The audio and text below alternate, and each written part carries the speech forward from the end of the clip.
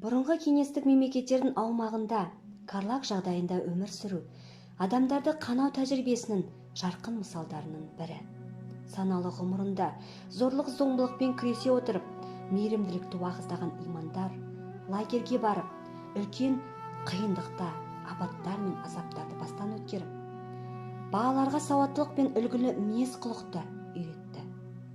Олардың көпшілігі аштық пен антисанитарлық өмір жағдайларында, ауыр физикалық еңбек, моральдық қорлау кесірінен өлім көрсеткіші жоғары болды. 1917 жылы үкімет дінді халық үшін апиын деп жариялап, 1918 жылы шіркеуді мемлекеттен бөлу туралы декрет шықты. Шіркеулер мен мешіттерді жаппай тонау мен діни қызметкерлердің қудалануынан әкеліп соқтырды. Жаппай саяси қуғын-сүргін жаңғырығы Қазақстан діни қызметкерлерінің қайғылы тағдыры кітабында көрсетілген мәліметтер бойынша 386 мұсылман дін басылары репрессияға ұшырап, оның ішінде 250 адам өлім жазасына кесілді. Жандарбеков Дәрменбай 1888 жылы туылған. Ұлты қазақ. Туған жері оңтүстік Қазақстан облысы, Түркістан ауданы, Қандас ауылы. Білімі бастауыш. Ұсталғанға дейін оңтүстік Қазақстан облысы, Түркістан ауданы, Қандас ауылында тұрды. Лауазымы молда. 15 қаңтар 1918 жылы оңтүстік Қазақстандағы НКВД Түркістан рулысында тұтқындалып, 14 ақпан 1938 жылы РСФСР КК 58-11 ВМН бабымен сотталды. Тұрғынбеков Нұрхайдар 1879 жылы туылған. Ұлты қазақ.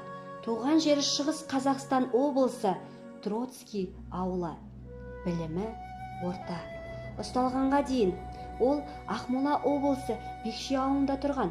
Лауазымы молда. 8 тамыз күні 1937 жылы НКВД Сталин облыстық басқармасымен тұтқындалған.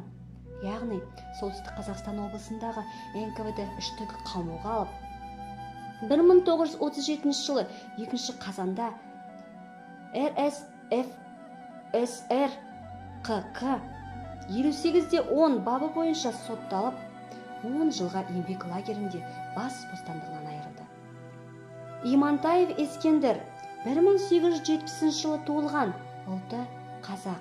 Туған жері Қарағанды облысы, Коевский ауданындағы 4-ші ауыл. Білімі бастауыш. Ұсталғанға дейін ол Қарағанды облысы нөмір 4-ші ауылында тұрған. Лауазымы молда. 1930 жылы 16 ақпанда Қазақстандағы ОПТУ ПП Қарағанды аудандық бөліміне қамауға алынды. Қазақстандағы ПП-дағы тройка 15 шілде 1930 жылы РСФСР КК 58-2, 58-8, 58-10 баптары бойынша жер аудару үкімімен 3 жылға сотталды. Діни қызметкерлер Карлаг тұтқындары кітабында тұтқындарға қолданылатын қорқыту, қатыгез тәрбиелеу әдістерінің мысалдары келтірілген. Ұрып-соғу, аштық, діннен бас тартуға мәжбүрлеу, зорлық-зомбылық пен сенушілердің діни сезімдерін қорлау болды.